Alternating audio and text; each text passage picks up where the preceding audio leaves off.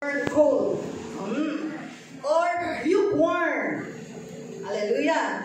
Kasi nga, itong Laodicea ay wala silang tubig. Laging napuputulan ng tubig, laging walang tubig. Doon kumukuha sa hot spring na malayo. Pagdating daw doon sa Laodicea, sa kanilang bayan, medyo malamig-lamig na at mainit-init pa. Kaya tinatawag na lukewarm. Kung sa atin ay maligamgam, kung sa Bisaya ay, kung sa Bisaya, kay maligamgam. At init-init. Ino na naman na to. Okay. Lanhod-lanhod. Pag lanhod-lanhod, kahilan na ton. So, praise God. Kaya, ito tinawag na Laodicea, ang lugar na to. Ito po ay nagsasalita, pangalan pa lang niya, na sila ay hot or nor hot nor cold. Nasa alanganin, ay ilagay sa alanganin. Dahil pala yun sa tubig nila. Okay, si Panginoong Jesus ay nag-reveal kay John, the beloved, the apostle. Nag-reveal siya sa kanyang sarili that I am the Amen. So, tayo pa naman, noong hindi pa tayo nakakilala sa Panginoon, pag narinig natin Amen, sabihin agad, ayan, ibang religion yan. Amen, Amen. Yan si Amen. Dati, ang tawag nila sa akin, hindi na pangalan ko eh. Ako na si Amen, si Hallelujah, si Praise the Lord. Pag mga kabarkada mo, kasi nagagalit sila dahil ikaw ay naglilingkod na sa Panginoon. Pero ito palang Amen ay isang description na si Panginoong Jesus po yan. Meaning, so be it or it is done. At mangyari nawa or nangyari na po. Amen. Hallelujah. Or I agree. I agree, kaya sasabihin natin Amen. Kaya kahit ayaw mo ng word na Amen, noong hindi ka pa Christian, pag ikaw ay tumanggap na sa Panginoon, biglang makaka-Amen ka na talaga. Kasi ayoko noon eh. Pero nung tinanggap ko ang Panginoon Jesus bilang Panginoon at tagapagligtas, bigla naman akong Amen ng Amen. Dati, pinagtatawanan ko sila Pastor Saliente kasi Amen ng Amen. Noong ako'y nakatanggap sa Panginoon, Amen ng Amen naman ako. Kaya hindi mo mapipigilan dahil ito ay mamumutawi talaga sa bibig kung ano yung napuno doon sa puso. Hallelujah! Okay, patuloy po tayo. He is the Amen, Jesus, faithful and true witness. Yun ang pagpakilala niya sa Laodicean Church. Okay, ibig sabihin ng faithful, remaining loyal and steadfast. Ibig sabihin na kung ano yung sinimulan niya, faithful siya hanggang katapusan, hanggang kamatayan. Noong siya ay pinadala ng Diyos Ama dito sa mundo, mula umpisa hanggang namatay siya sa cross, He was faithful and true. Amen. Hallelujah. And He was the true witness. Siya po ang totoong saksi kung anong nangyayari doon sa langit at nagpapakilala kung sino si Jesus, sino si God the Father, at pinakilala niya sa atin kung sino ang Holy Spirit. At siya po ay totoong saksi. Minsan, ang kanyang mga tinuturuan, minsan, nagiging false witness. Kasi si Judas, tinuturuan ni Jesus 3.5 years. Pero, siya ay humantong doon sa pagiging false witness. Inaway niya si Jesus. Doon na tayo mapasok dahil tao lang tayo. Hindi po tayo Panginoon. Okay.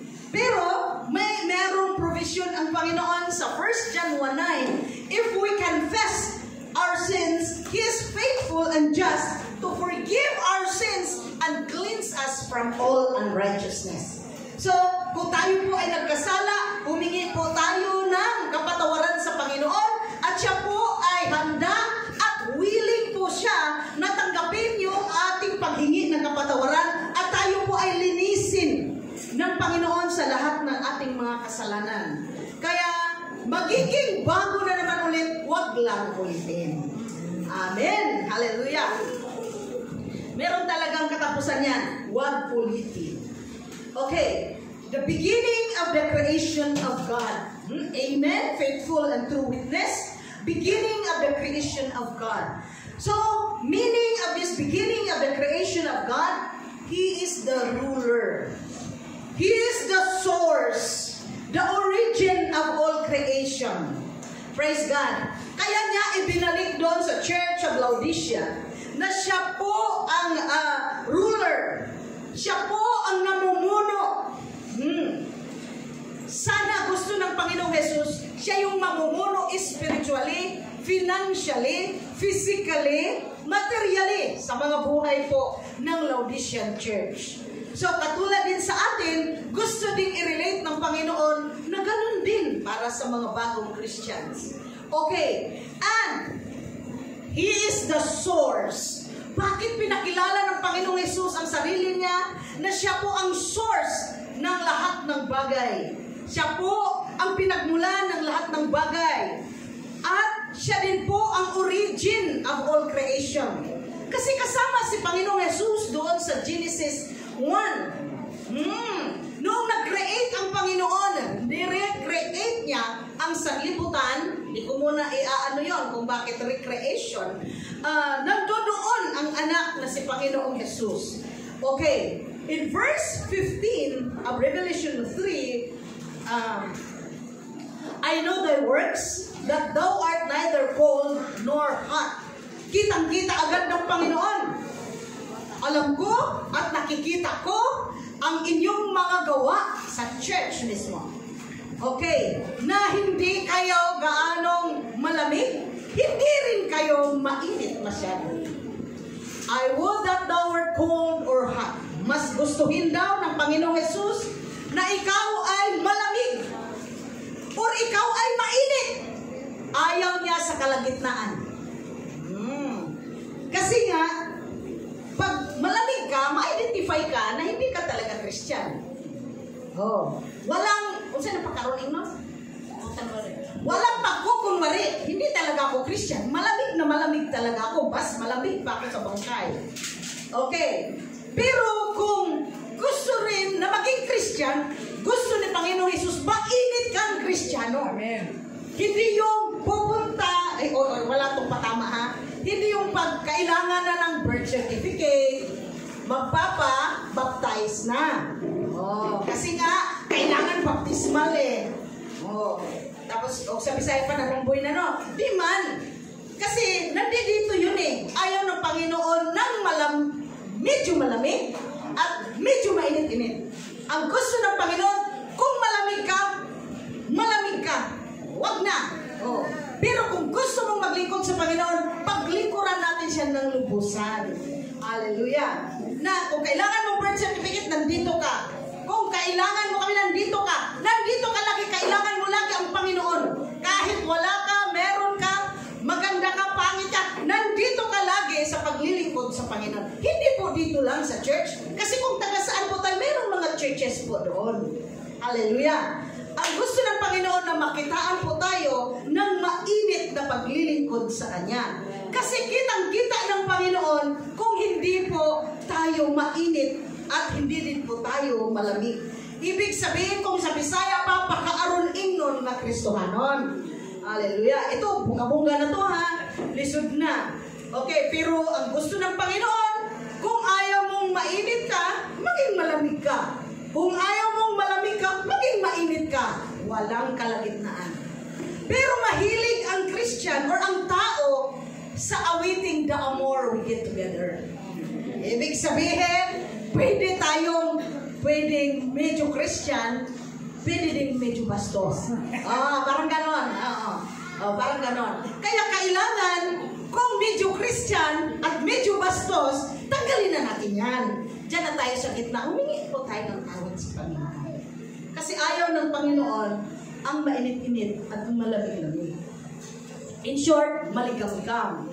Okay, so then, verse 16, you are lukewarm. Ibig sabihin, maligam-gam ka.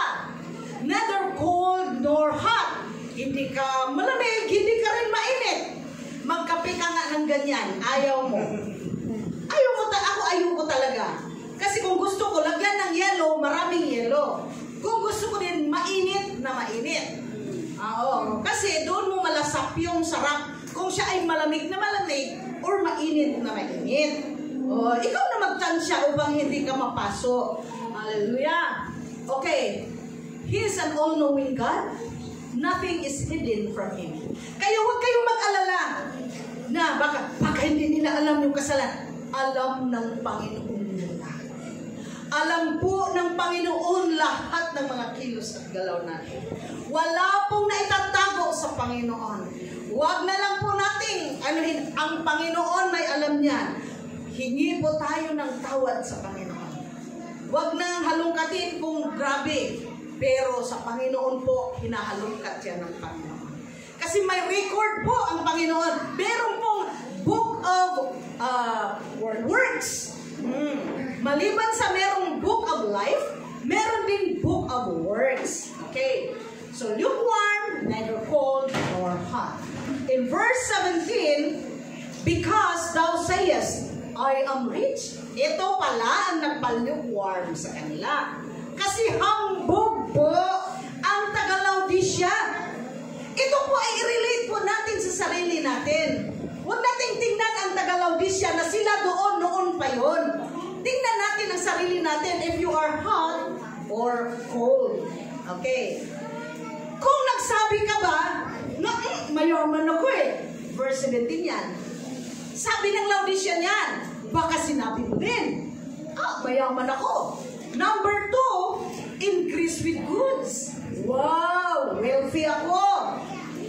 Number 3, have need of nothing. Yung bang sabihin mo, bakit ako maglilingkod sa Panginoon? Marami naman akong pera. Bakit ako maglilingkod sa Panginoon? Mayaman naman ako. At wala naman akong kailangan pa. Very good. Napaka-very good sa biriban. Tatlong rason kung bakit nakitaan ng Panginoon na maligamgam ang taga-Laodicea.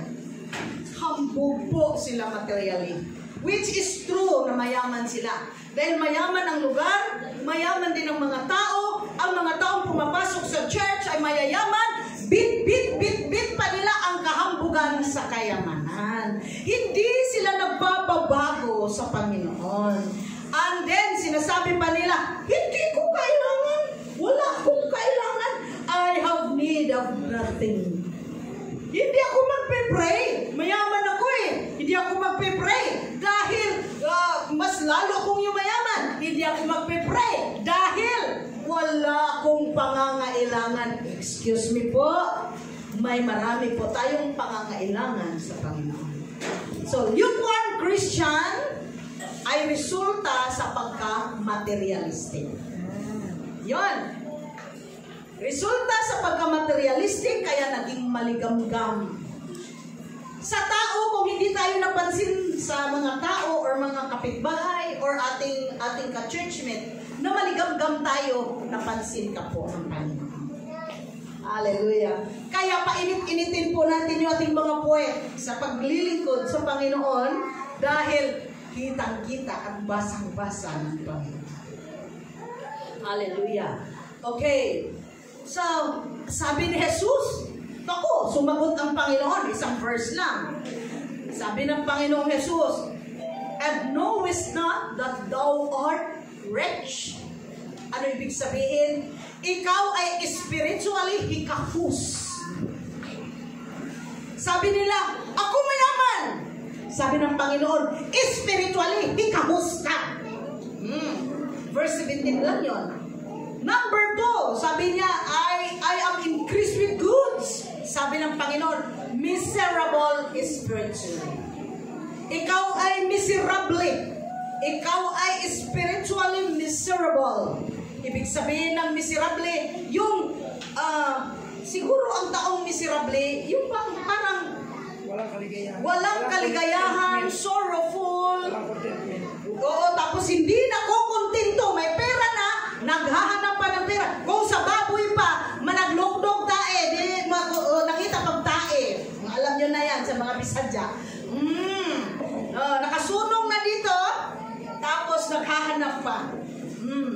So kung meron na po tayo, sinusunong, Huwag nang hanapin yon. Maglingkod po tayo sa Panginoon, dadagdagan po ng Panginoon niya. Hallelujah. Huwag po tayong magtiwala sa pera masyado. Sa totoo lang, hindi lang masyado, kundi huwag talaga. Kasi, ang pera, nauubos. Pero ang Panginoon na may-ari ng lahat ay hindi mauubos sa buhay natin. Hallelujah. And, spiritually poor. Ang dami nilang sinabi 3 beses, pero mas marami ang sinabi ni Jesus. Ikaw ay hikahos, ikaw ay miserable, ikaw ay mahirap. Oh, at ikaw ay bulag. Sabi ni Panginoong Jesus, spiritually blind. Number 5, ikaw ay spiritually naked. So yun ang sagot ng Panginoon doon sa kahambugan ng church sa Laodicea. Hallelujah. Kaya, i-reflect po natin sa ating mga puso. Baka hindi na natin kailangan si Jesus. Sabi ng Panginoon, ang buhay mo ay miserable. Sabi ng Panginoon, ikaw ay naghihirap. Sabi ng Panginoon, ikaw ay bulag. Sabi ng Panginoon, ikaw ay hubad. Itong lahat sa harapan ng Panginoon. Hindi ka bulag sa harapan ng tao. Hindi ka hubad sa harapan ng tao. Hindi ka miserable sa harapan ng tao.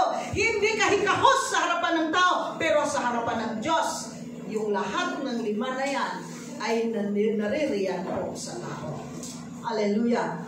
Kaya, kailangan nating bumalik sa paglilingkod sa Panginoon. Kailangan natin ang Panginoon. Ako talaga, kailangan ko talaga ang Panginoon. Verse 18. Sabi nito, I counsel thee.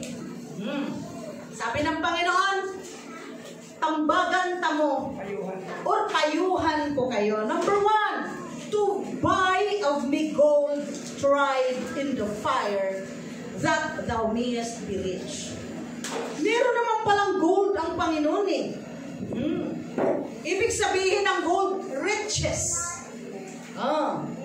Sabi ng Panginoon, bumili kayo ng ginto sa akin, tried with fire, upang ikaw ay yumaman.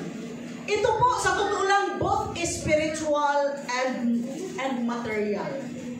Kasi huwag tayong masyadong naghahabol sa mga material na bagay. Kasi natatakot tayong maubusan. Hindi na tayo makapaglingkod ng maayos sa Panginoon. Mga kapatid, kayang-kaya po nating maglingkod sa Panginoon at ang Panginoon ang magbibigay sa atin. Ay, hindi na magtrabaho, pastora. Magtrabaho ka pa din. Pero, ayon sa kalooban ng Panginoon. Okay. Hallelujah. So, if you want riches, kung gusto natin ng kayamanan, Matthew 6:33. Unang hanapin natin ang kaharian ng Panginoon at ang kanyang katuwiran. Gusto natin yumaman? Seek first the kingdom of God and His righteousness, and all these things shall be added unto you. Ano ang gusto ng tao at ng Christian? All these things shall be added unto me. Gusto natin agad-agad, isang samba, may bigas na nakasandig sa pader. Oo, may ulam na agad, naka-adobo na. May pera na sa bangko agad. Napaka-demanding. Hallelujah. Ang sabi ng Panginoon, buy of me. Bumili ka sa akin. Ibig sabihin, pag sinabing bumili ka sa akin, meaning not free. Hindi po libre ang gold ng Panginoon. Hindi po libre ang kayamanan na ibibigay ng Panginoon sa atin. We need to do something to acquire that refined gold. Hallelujah. Gold tried in fire, meaning the result of your obedience to God. Tried with fire. Ang daming pagsubok pag naglilingkod ka sa Panginoon talaga. Kung ano yung kahinaan mo, mas lalo, matod pas Bisaya, sumugon ka gayon. O mas lalo kang, o saan ako rito? Mas lalo kang sumugon. Tutoksuhin. Pag anong hilig mo, tutuksuhin ka talaga sa kaaway. Kaya, pag ikaw ay nakalagpas noong mga tukso na yan, nakabili ka na ng refined gold. Hallelujah! Ang hirap bumili noon. Mag-umpisa ka. Gusto ko nang maglingkod sa Panginoon. Magsamba ka. Pag-uwi mo, ang dami-daming asungot. Minsan ang asungot sa pamilya pa. Bago ka lang umalis, bago pang umalis, may asungot na. Minsan umulan, umaambon, ayaw mo nang gano'n, ayaw mo nang lumabas. Pag marami kayo sa bahay, yung iba ayaw magsamba, ikaw gusto mong magsamba, mga asungot talaga.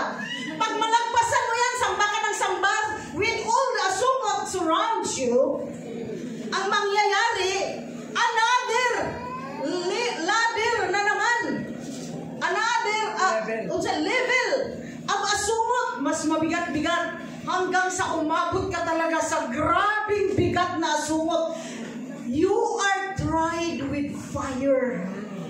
That gold na makukuha po natin, magsimula doon sa mga trials and testings ng buhay natin, grabe, napaka-pure.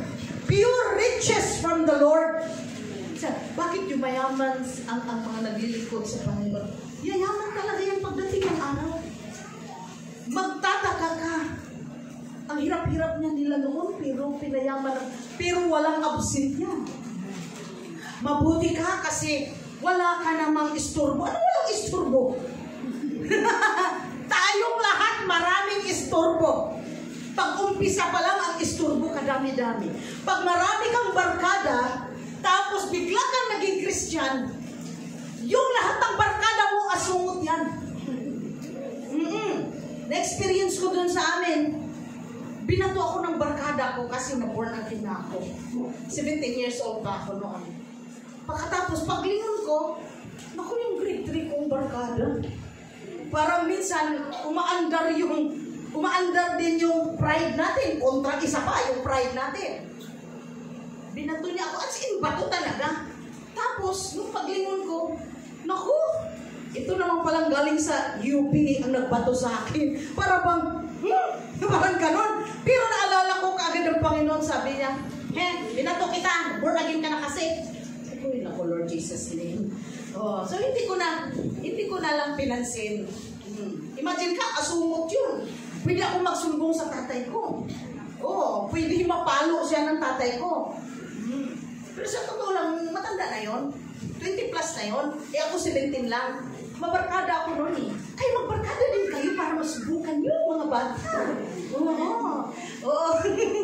Sa baliktad ha, magagalit na ako sa inyo.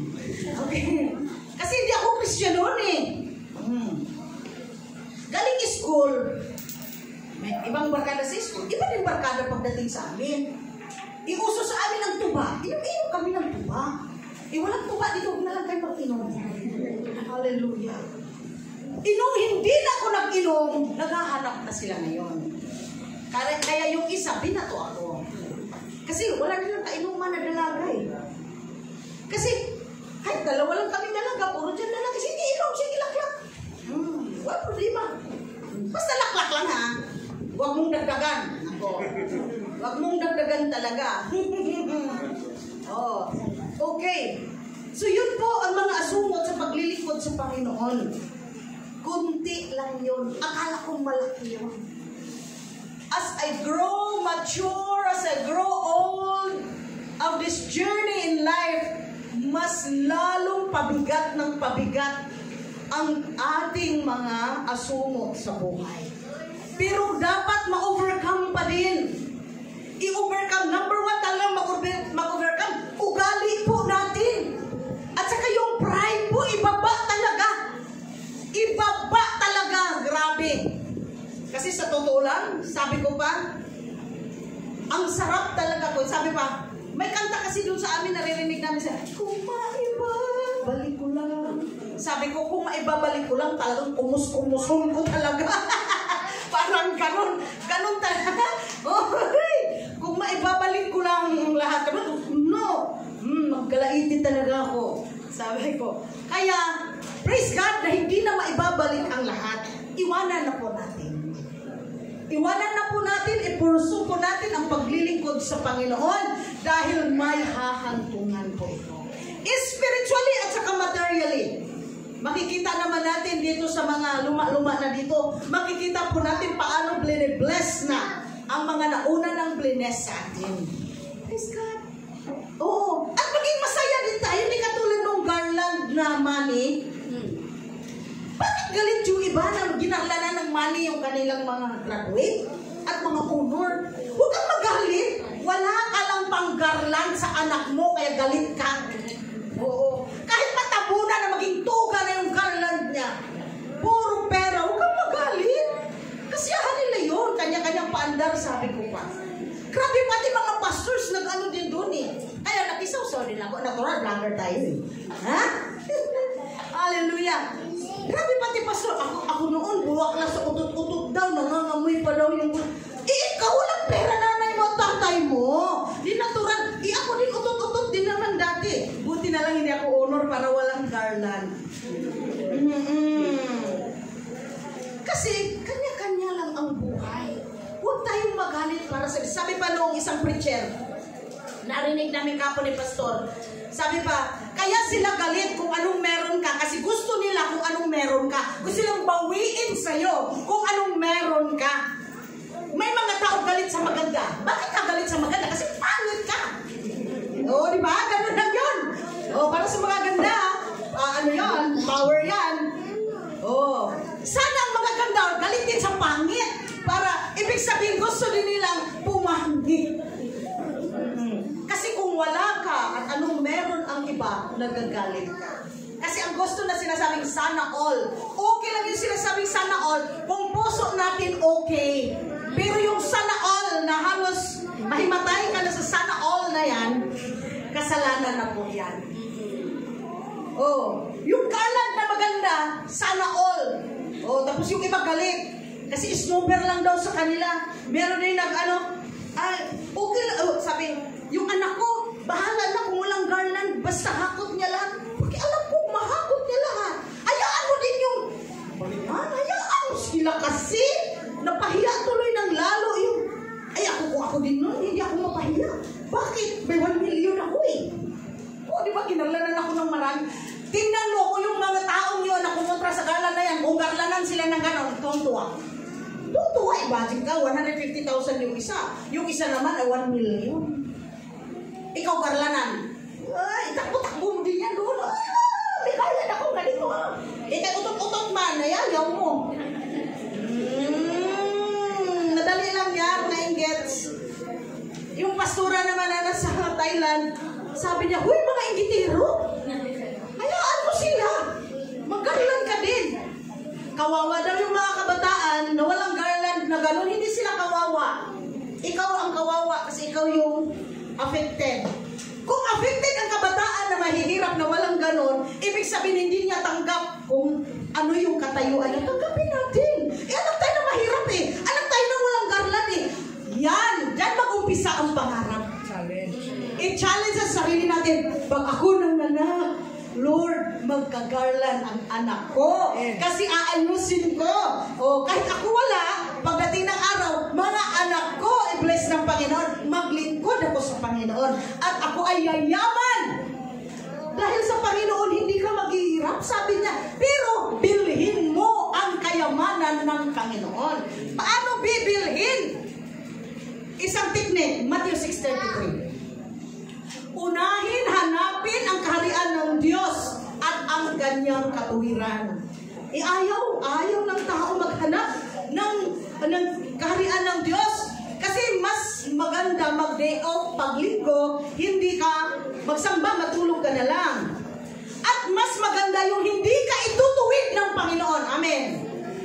Kasi gusto natin nagtago-tago ang mga kasalanan, tapos biglang, bakit ako tinutuwid dyan sa church na yan? Alam niyo bang tinutuwid din kami? Amen. Unang-una kaming tinutuwid, unang-una kaming mapapahiya, unang-una kaming nasasaktan. Hallelujah! Kasi tao din kami, nagkakasala din kami. Grabe! Hallelujah! Kaya patas-patas ang Panginoon, walang pinipiling tao. Amen. Sabi pa sa verse, He is not a respecter of person. Makakatikim talaga ang lahat. masarap at mahirap, ng masakit at magaan. Hallelujah! Pero ang utos niya ay unahin siya. In Psalms 37 verse 4, delight thyself also in the Lord, and He shall give thee the desires of thine heart. Gusto mong, katulad noong Laodicea na yumaman sila, gusto mong yumaman? Maging masaya ka sa paglilingkod sa Panginoon. Psalms 37 verse 4. At ang lahat ng mga mithiin mo ay ibibigay ng Panginoon sa iyo. Ito na lang ha, hindi ito pagmamayabang ha. Sa totoo lang, hirap ako bumili ng lollipop dati. Humingi yung aming seaman ng piso kay pastor. Sa school mismo, kasi nagmerienda na yung iba sa San Jose, Tacloban. Nagmerienda na yung iba. Wala talagang piso si pastor, umuwi siya na umiiyak. Si pastor ang umiiyak. Lord, bakit wala kaming piso? Pagkatapos, may time din yun na nag-birthdayhan yung harap namin, i-engineer yun Oh, parang may garland sila na 1 million, no? Engineer yun nag-birthday. Barkada ng mga kabataan, mga anak kong 3. Ang mga anak din ni engineer kasi magkaharap lang kami. Yung aso nila dito nanganganak sa amin, so gano'n kami ka-close. Noong magaganda yung anak, binawi nila lahat, umiyak din ng 3. Hanggang gano'n lang, close talaga kami. Nag-birthday sila, hindi na sila umiimik sa mga anak ko. Dahil ang mga engineer at mga architect, ang mga bisita nila, hindi po anak ng pastor ang kanilang bisita. Okay lang. Kailangan, alam mo ang puso mo, hindi yung, pa-birthday sila, kami dito naghihirap, paki mo! Paki ko! Diba? Wala akong pera bakit hindi kami inimbitahan? Bakit din ako iimbitahin? Wala pa akong kwenta sa harapan nila. May kwenta ako sa langit. Oh, grabe na talaga. At yung ibang mga kabataan doon sa ano yung street na yun? Si Breeze. Si Breeze Lane. Street. Lahat ng mga bata pasigaw-sigaw na akala nila papapasukin, mga barkada nilang lahat. Ako nasasaktan lang para sa mga bata kasi hindi talaga pinapapasok. Pang-disinti lang yun hindi naman kami mga disinti. Tapos sila naman gumagawa-gawa ng cake sa lupa. Gawa-gawa silang mga magbabarkada. Habang doon, sa pagkain nila. Ito, happy birthday. Sa bunso yun doon. Sa engineer, sabi, happy birthday Lance. Tapos ginawa nila ng cake sa lupa. Buhangin. Buhangin. Hindi na sila pinansin ni Lance kasi nakabihis si Lance Ang hirap. Pero sabi ko sa sarili, ba't ako magagalit kay engineer kung hindi kami iimbitahan? Karapatan niya yon. Hallelujah. So, walang-wala.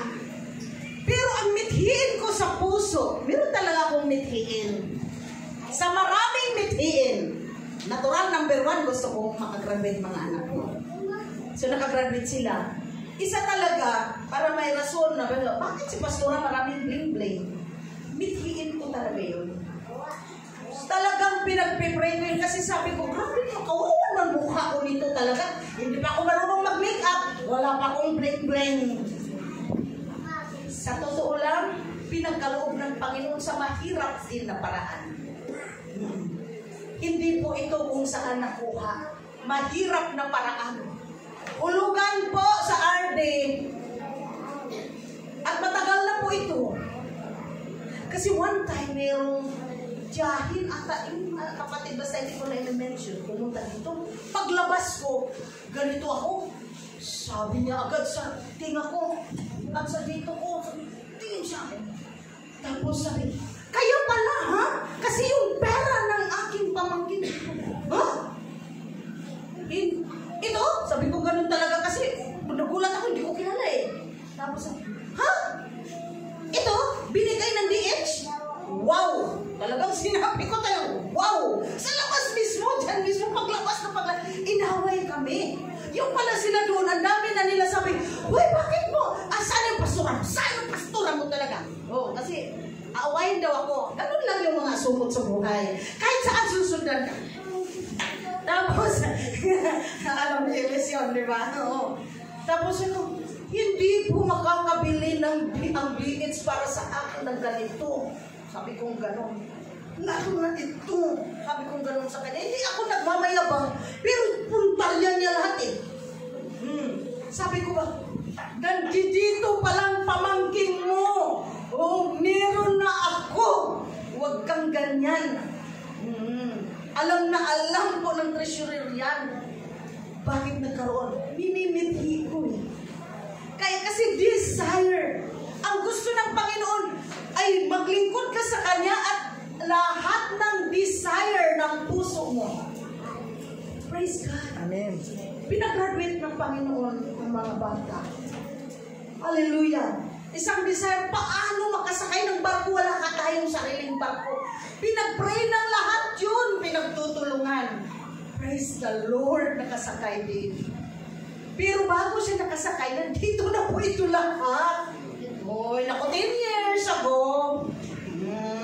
Klaruhin ko lang baga kasi masubrahan si Kuya. Wow, nanay ni Kuya. Hindi, oy. Ito ay galing sa Panginoon. Oh, sabi ng Panginoon, I counsel thee to buy of me gold tried in the fire. Imagine ka, tinisting pa, pati pa yung tiyahin biglang pumunta, tapos punta niya agad. Ba't marami kang ganyan? Sabi ko, excuse me. Hallelujah. Isa talaga na parang naging naging inspirasyon ko dito si Ate Amy. Oh. Pero alam ko sa puso ko, hindi ko kaya si Ate Amy. Asawa yan ng Amerikano. At saka yung Amerikano niya mayaman. Taga Washington DC lang po. At ang mga gobernador po, mga tao doon sa Washington DC, kanilang mga kamag-anak, hindi ko kaya si Ate Amy. Pero yung puso ko, may mithin, sabi ko, wow, si Ate Amy, ako kaya, magkakaganyan kaya. Oo, di ba? Hindi yung, bakit nagsusuot-suot siya ng ganyan? Yung mga mahihirap dyan, naiinggit sa, inggitar talaga yan. Oo. Oo. Suot! Kung gusto mo magsuot, magiging parang Reyna Sege. Ang importante, hindi ka medyo bastos. Yun, yung makita na yung tita, makita na yung likod, nakita na yung kiki. Parang mag-jogging lang. Wow! Hallelujah! Kasi lahat ng mithiin ng puso ay ibibigay ng Panginoon pero tried with fire. Matagal muna po, matagal po muna talaga. Habang ako sakay ako doon sa kotse ni Ate Amy, sakay ako eh. Yung pangalan pa ng kotse niyang Fortuner ay tinawag niyang Nelly. Nagulat talaga ako kasi drive siya. Katabi kami. Tapos medyo humina yung kotse, sabi niya. Ginano niya, pinalo niya yung Manubela, sabi niya, Nelly, come on! Sabi ko, ha? Tapos sabi niya, hindi, Nelly talaga ang tawag ko nito kasi determinado. Sabi ko, ay, si Ate, determinado ka naman ako kasi sobrang hirap. Patuloy pa din. Determinado. Sobrang hirap, walang pambaon sa mga anak. Mula kinder hanggang college na kapagpatuloy. Oh, tinitesting ba? Tinitesting pa din. Kasi hindi lahat ng anak na napaka-sinop or napaka-galing. Hallelujah. Minsan may magaling din mag-fight sa'yo or sa akin. Hallelujah. Hallelujah. Kaya patuloy lang. Patuloy tayo maglilingkod sa Panginoon dahil ang Panginoon po ang mag-meet sa lahat ng ating pangangailangan. Hallelujah. Hindi po tayo maghihirap. Papalitan ng Panginoon kung anong meron ka. Bibigyan. Kung wala ka, dadagdagan. Kung meron ka, tapos iniwan mo para sa Kanya, papalitan ng Panginoon. Praise God! Amen! Yung aming iniwan, si Pastor supposedly agricultural engineer. Me supposedly forester. Iniwan po namin yan. Anong ipinalit ng Panginoon? Glory to God ha. Hindi to pagmamayabang, to encourage each of us. Meron akong teacher, glory to God. Meron tayong seaman, glory to God. Meron po tayong, baka bukas may resulta na, papasok na sa medical school. magdodoktor po. Pero chemist. Woo! Pero chemist na po yan. Registered chemist na po. Gusto lang magpapag. Hallelujah. Praise God. Nagsimula sa walang piso. Nagsimula sa nangarap. Pasakay-sakay lang ako. Nagulat ako nung hinampas yung manubila. Come on, Nelly! Sabi ko, ate! Sabi naman niya, hindi, tinawag ko itong Nelly kasi determinado. Sabi sa, oo nga, determinado talaga ako. Walang piso na paral. Hallelujah. Kaya ang ano talaga, commitment ni ate, tuwing pupunta kayo dito, tumawag kayo sa akin at susunduin ko kayo. Diba? Ganda-ganda. Sakay-sakay ako naman. Ngayon, Ford eh. Wala pang bago no Ford pala ang last. Sakay-sakay ka na maganda. Hallelujah. Desire. Mag-desire po. Maglagay po ng desire. Hindi yung kawawa naman tong anak ko na to. Wala talaga tong patutunguhan. Bibig mo pa lang wala ng patutunguhan yan. Hallelujah. Karga-karga po anak mo. Puno ng mithiin. Itong anak ko na to. Ganda-ganda talaga. Kahit pangit, gaganda yan. Oo. Kasi sa Panginoon walang imposible eh. Oh, ito maganda talaga itong anak ko ito. Oo, mawawala na itong mga galis-galis dito. Hallelujah. Matalino talaga itong anak ko na to. Ito ay maging doktor. Pagdating ng araw, wala kang kapira-pira. Sa Southern Lady, nagbibinta mo ako ng yellow at ng ice candy with matching banana chips, cupcakes. Kung gusto nyo mag-order, order na. Marunong pa tayo dyan. Oo. At nilalako. Ayan. Kami ni Pastor. Sa gabi, sa araw, pag bakante, Lunes, magluto ako ng marami. Pag ilagay ko doon sa safety na lagayan. Pagkagabi, pagtulog na ang mga anak ko, magbalot kaming dalawa. Sa umaga, i-deliver ni Pastor. Sa hapon, kukunin ko yung hindi nabinta. Ganun lang. Tried with fire. Hallelujah. Kaya hindi po tayo umabot sa pagpapaaral ng ganito kung hindi po yan galing sa Panginoon. Glory to God. Mabuti masunurin lahat ng mga anak mo. Excuse me po. Hindi po. Masakit po. Dito, may mga sumot din sa puso. Hallelujah. Hallelujah. Let us overcome. Let us overcome whatever it is. Overcome. Praise the Lord. Hallelujah. Okay. Patuloy po tayo bago tayo magkasentimentalan. Oo. And then, ano bang gagawin? Yun, kailangan natin, we will do something upang makamtan natin yung riches na nanggagaling sa Panginoon. So, gold tried in fire, meaning results of our obedience to God. Mga ilan lang itong nakasulat ko. Fellowship. May bata pa pala. Fellowship. Kailangan po natin mag-fellowship. Ano yung fellowship? Magsamba po tayo. Mag-prayer meeting. Mag-usap-usap. Mag-chismis-chismis din usahay. Natural lang naman yan. Huwag lang mag-away. And then, kailangan natin ang salita ng Panginoon. Keep His word. Doon sa Philadelphia, sila ay may grabing reverence sa salita ng Panginoon. And then, do not deny Christ in your life. Do not deny Christ. Hallelujah! I will not deny Christ in my life. And so on and so forth. Paano natin hindi ma-deny si Jesus? Hindi yung Christian ako. Wala namang makikita sa buhay. Nagkasala, oo. Humingi ng tawad sa Panginoon. Hallelujah. At sa lahat ng ating gawa ng kasalanan, humingi po tayo. Kasi yun po ang mga requirements in buying gold tried with fire. Okay, number 2. Buy white raiment. Maputi na kasuotan sa harapan ng Panginoon. Kahit pula ito, sa mata ng Panginoon puti, kasi yung ating spiritual na raiment, damit or bado. Okay. Thou mayest be clothed, and that the shame of thy nakedness do not appear. Sa harapan pala ng Panginoon, kahit pa parang ang rena dito, Pag hindi maayos ang ating paglilingkod sa Kanya, tayo ay hubad spiritually. Hubad spiritually. Kaya sabi niya, bumili ka ng maputi na damit sa akin.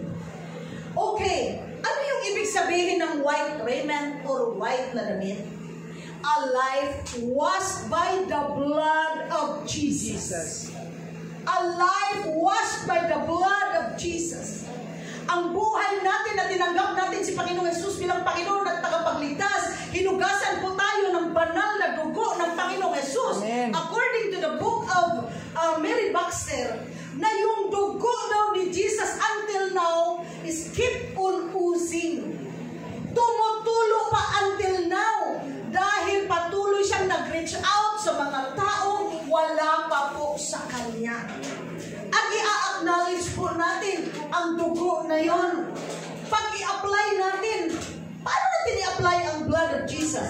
Tapos natin siyang tanggapin. Sabi na, Lord Jesus, I apply the blood, the precious blood of Jesus Christ to cleanse all my sins away. Ulit-ulit yan. Ulit-ulit po yan. Pag nakalimutan mo, nandyan agad demonyo. Agad-agad siya. Di ba uragon ka? Di ba kawatan ka? Narawat ka, gamay lang. Di ba? So, kaya nagkakasala. Balik agad sa Panginoon. Hindi pa po ikaw patay. May chance pa po tayo. Hallelujah. Okay, patuloy. So yan, kailangan po natin. Bakit bibilihin din ang puting damit? Kasi kailangan natin magsumikap, humingi ng tawad sa Panginoon, magpalinis sa Panginoon. Kailangan natin magpalinis sa pamamagitan ng salita ng Panginoon. Bakit? Kung ano yung nakasulat doon, apply, apply, apply. And then number 3, anoint thine eyes with eye salve, that thou mayest see. Ang ating mata daw ay dihugan. Anaan na to og eye salve. Eye salve daw dati is ointment for the eyes. Pang nalunas daw dyan kung ma-infected yung mata mo dati. Yan daw ang kanilang ointment. Okay. So, kailangan natin padihugan. Ipa-anoint the blood of Jesus. Kasi itong mata na to, makasalanan. Nakita lang ng puti ang likod. Buti nga, likod lang nakita. Kung hita. Ikaw bukan. Hallelujah. Kailangan ipa-anoint. Lalo na sa mga lalaki. Pero ang mga babae ay makasalanan kay gusto kong makita. Ay, nakubunalanan din yung mga babae ba? Oo. Ang mga lalaki din yung mga mata, marunong tagsiko. Oh, kailangan talaga anoint daw. Bakit? Sa lahat, ito talaga hindi general. Specific talaga. Anoint your eyes with eye salve. Bakit? Our eyes is the window of our soul. Nakita na pagbukas sa mata sa umaga. Window. Anong nakita? Anong nakita sa kapitbahay? May garland na 1 million. Galit ka. Window. Hallelujah. Anong nakita sa paligid? Sexy. Galit ka na naman kasi hindi sexy asawa mo. Gusto mo nang lumipat. Huwag kang lumipat. Patay ka sa akin. Hallelujah. Praise God. Kaya gusto ng Panginoon, isubmit natin ang ating mga mata sa Panginoon. Hallelujah. Lord Jesus, help me, Lord. Patawarin mo ako, Panginoon. Tulungan mo ako mawala itong mga kasalanan sa mata. Ang tawag niyan, lust of the eyes. Lust of the eyes. Para bang hindi first class yung napili mo kasi naghahanap ka pa ng iba. Parang ganun. Ito tunay naman hindi yan first class kasi marami pang first class doon sa unahan. Lalo na kung katulad kapag itong ating bisita ay entertainer, ang daming first class mukha lang yon, itsura lang yon. Pero yung first class, yung magandang pag-uugali. Hallelujah. Purified and dried. Ang magandang pag-uugali like gold. Hallelujah. Kasi hindi basta-basta pulot. No. Di yan marunong magsaing. Kung hindi pa marunong magsaing, ayaw pang matuto. Ay! Sarap. Hallelujah. Kasi hindi madali. Kaya kailangan anoint our eyes with eye salve.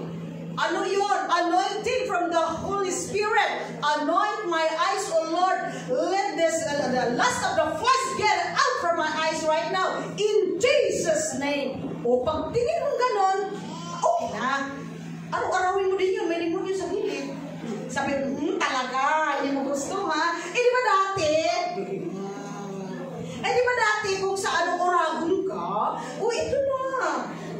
Pero kung nakapag-pray ka in the name of Jesus, lagpasin mo yan, mga panuway, yung golyo, dire. So tuloy-tuloy ang paglilingkod. Praise God. Okay, dito magtagal dyan. Lapit na. Hallelujah. And then, in Revelation 1:5, unto him that loved us, and washed us from our sins in His own blood. Ito na yung verse na hinugasan tayo ng banal na dugo ng ating Panginoong Jesus. Hindi po literal na binuhusan ka ng dugo at nakadugo-dugo ka. Kundi noong ikaw ay humingi ng kapatawaran sa Panginoon and apply the blood of Jesus. Lord Jesus, I let your blood, O Lord God, to wash all my sins away, O God, in the name of Jesus. Okay, in verse 19, as many as I love, I rebuke and chasten. Isang verse lang yan ha. Kung ikaw ay higugma sa Ginoo, hallelujah, ikaw ay i-rebuke. Ano yung rebuke? Kasaway. Sawayin. Ikaw ay sasawayin talaga. Glory to God. Magagalit mo i-rebuke. Huwag magalit. Galing yan sa Panginoon. Okay. And then chasten, bunalan. Papaluin. Yung iba, magkakasakit. Kasi napalo talaga. Panandalian lang yun. Dahil patatawarin ng Panginoon ang taong humihingi ng tawad. Yung iba naman, napalo. Through the Word of God. Hindi lang natin alam, napalo na pala yung iba. Kasi hindi rin natin sinasabi sa iba na napalo din tayo. Huwag mo sabihin. Kanya-kanyang palo yan eh. Naintindihan? Ako napalo, hindi ko sabihin yung iba na napalo ako. Pag napalo din kayo, huwag yung pinagsasasabi. Napalo lang. May kanya-kanyang palo tayo. Kung ano yung ginagawa natin. May reward ang ating mga ginagawa. Kung mabuti, mabuti din ang darating. Kung masama, palo din ang darating. Okay. So, kasi, minahal ka ng Panginoon. Yan po ang rason. So, praise God. Palakpakan natin ang Panginoon. Dahil siya ang nagbigay sa atin ng lahat sa niya upang makabalik po tayo sa Kanya. Balik po tayo sa Panginoon. Totoong may impyerno, totoong may langit. Ang langit po ay sa lahat ng mga taong tumanggap sa isang tagalangit na yon na may ari, hallelujah, si Jesus Christ, kaya dadalhin ka. Hindi ibig sabihin, gawa ka ng kasalanan dito, tapos pagka namatay ka, bigla kang nalangit, hindi nagulat ka. Kaya, gawa tayo ng gawa ng kalooban ng Panginoon. Minsan, masayop. Minsan, nagkakamali. Pero, balik agad sa Panginoon. Kasi, hallelujah, ayaw natin pumunta ng impyerno. Total naman, may rebuke, may palo din. Kaya, wag masyadong tayo. Ang tao pa naman, gusto natin tayo yung mamalo. Kaya ang Panginoon nakakapalo din. Mas nakakatakot. Okay. May solusyon si Jesus. Be zealous, therefore, and repent. Pag tayo ay lukewarm na, pag tayo ay init-init, bugnaw-bugnaw, o maligamgam na, ang sabi ng Panginoon, be zealous, zeal, kasibot, or kasigasig. Maging masigasig ka at humingi ka ng tawad. Yan lang naman ang solusyon ni Jesus. Maging masigasig ka sa paglilingkod sa Kanya at humingi ng tawad sa lahat ng ating mga nagawang kasalanan. Huwag yung ganito lang, Lord, patawarin mo ako sa lahat ng kasalanan ko mula noon hanggang ngayon. Ang dami pa. Isa-isahin mo pag naalala mo. Sabi pa ni Kuya Chito doon sa kabanatuan, sabi niya, ako, Pastor, tuwing maalala ko yung aking kasalanan na naisa-isa ng Panginoon at pinag-pray ko, Lord, isa-isahin mo, kasi 72 na siya medyo natatakot na siya. Oh, Lord, isa-isahin mo ang aking kasalanan. Ipaalala mo sa akin. One time daw, naka-church daw siya. Ang pastor nag-preach ng bandiklak. Naalala niya ngayon, noong siya ay nasa DepEd pa. Ano yung naalala niya? Excuse me, dalhin mo na lang itong aking... Daily time record. Daily time. Yung BTR ko. Paki-punch na lang. Kakapray niya na, Panginoon, ipaalala mo sa akin kung ano yung mga isa-isang kasalanan ko upang ako ay makahingi ng tawad. Isa-isahin ko din. Napaalalahanan siya. Na kasalanan pala yung bandiklak na hindi ikaw ang nag-punch. Kasalanan hindi. Kasalanan. Corruption yun. Wala ka pa dyan. Wala ka pa. Yung multo mo nandudog na. Para bang ganito na, ay, Pastor, hayaan mo kung hindi kami nakapagsamba. Total, yung puso namin ay nagsasambanahan. Sabi naman ni Pastor Joe, yung mga bakating upuan dyan, huwag yung upuan. Bakit, Pastor Joe? Mag-ingat kayo, may mga puso dyan. Baka maupuan. Kasi pag sinita ko yan, ang sabi nila, yung puso ko, Pastor, ay nagsasamba naman. Kaya, huwag yung upuan, ang bakanting upuan na may signature. Kasi baka maupuan ang puso nila. Kakasala tayo niya, mapisat. Hallelujah! Maging active in serving Him, zealous. Si Jesus mismo nagsabi, be zealous. Are you zealous enough in serving God? Hallelujah! Repent! Humingi ng forgiveness. Ask forgiveness, don't ever do it again. Hallelujah! Pero yung mga chismis, nababalik-balikan talaga yun. Madali kasi, nasa bibig lang, nasa dila lang Kaya hingi ng Panginoon, sa Panginoon ng tawad. Yung mga mabibigat, hindi naman yun mabilis mabalikan yung mabibigat. Halimbawa, namumubog ka, kunyari, bakit? May magpamubog ba sa'yo araw-araw? Pag hingi mo ng tawad isang beses, pwede hindi mo yan mauulit ng isang taon. Baka next year, baka maulit-ulit, may magpamubog na naman. So, kung nagbabae ka ngayon, wala naman sigurong agad-agad makuha ka agad. Humingi ka na ng tawad. Lord, piling tawad, ganyan. Pagkatapos biglang uulitin. Bakit? May available na naman. Wapo mo naman, para kang si gabi kong si mission yan. Hindi naman totoo. Kaya, hingi talaga ng tawad sa Panginoon. Huwag ulitin. Pero yung chismis, nauulit yan mabilis lang At saka yung barabaraha, nauulit yan kasi mabilis lang nandyan lang. At saka yung hindi pa naitapon, nandyan sa bahay pa, ikaw pumili. Yung mga ganon. Kaya, unti-unti talaga itapon talaga kung ano yung meron sa ating bahay upang hindi na makulit. Hallelujah. Okay. Verse 20. Behold, I stand at the door and knock. Sino hindi nakamemorize nito? Revelation 3:20. Sige nga, sabayang memorize. Behold, I stand at the door and knock. If anyone hear my voice and open the door, I will come into him and will sup with him and he with me. So, overall sa Laodicean church, hindi pala sila naging Christian. Bakit? Sabi ng Panginoon, ang lukewarm, ang init-init o bugnaw-bugnaw, neither hot nor cold, isuka. Iluluwa ng Panginoon sa kanyang bibig. Siya mismo magsasabi, erase that name. Wala na. Iluluwa ng Panginoon. Kaya, dahil nailuwa na ang mga lukewarm, sabi pa, bumalik ka sa Kanya. Sabi dito sa Revelation 3:20, andyan siya, kumakatok sa pinto. Ang pinto po natin pinto, bintana yung mata eh. The window of your soul. Ang pinto po sa tao ay puso po.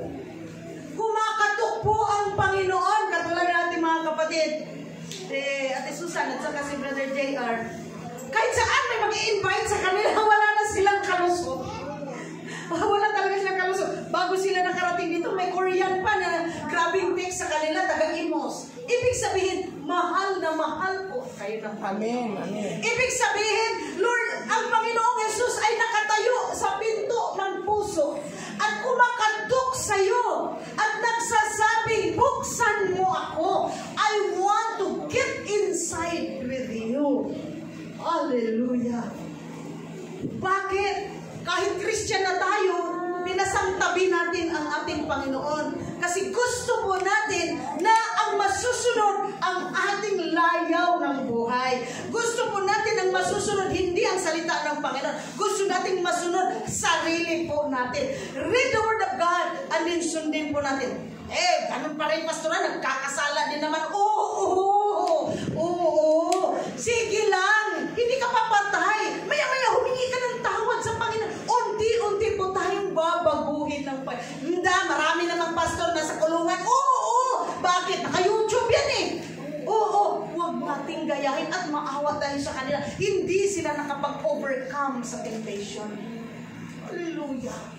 Kasi kung magbase na lang tayo sa mali ng iba, hindi ka talaga maglilingkod sa Panginoon. Kahit ako, titigil na.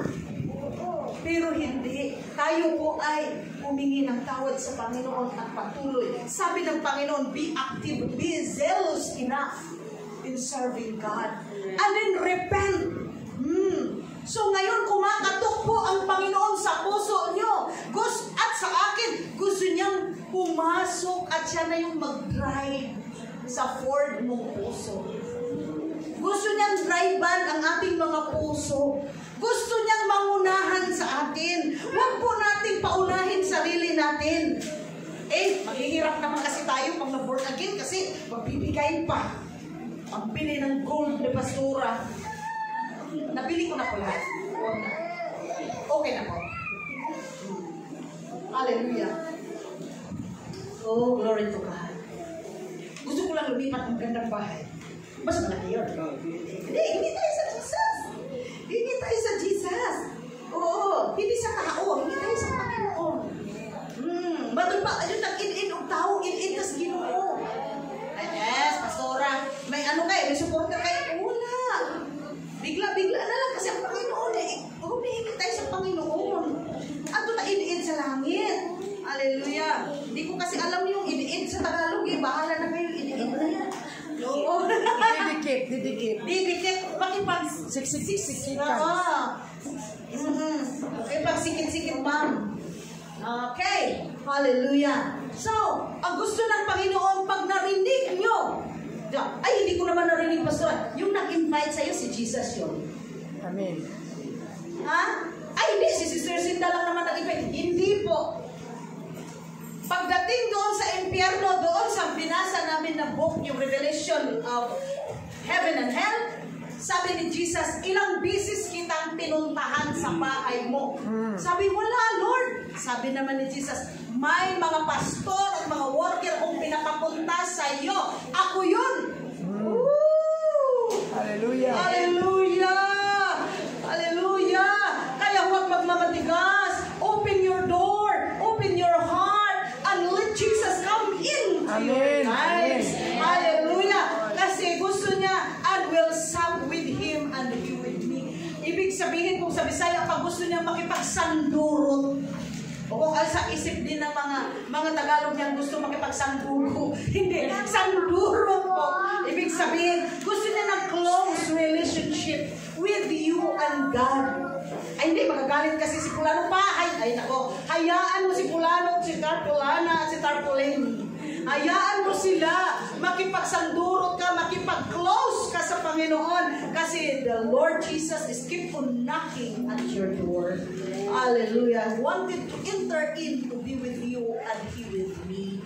Hallelujah. Okay. Dito natin makita na si Jesus ay hindi nakapasok sa puso at sa buhay ng mga tao sa Laodicea. At siguro naman sa mga buhay natin ngayon. Anong inuna?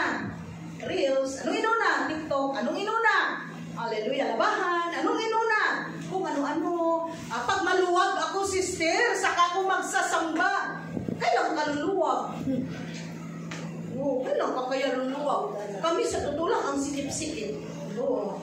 Pero, makakapagsamba pa din. Yung nagkasakit ako, sister, sa totoo lang, si pastor nagkasakit ng sobra-sobra. Hallelujah. 75 kilos. Kanina, 58 lang siya. Kilos. Oh, nakapagpanday pa.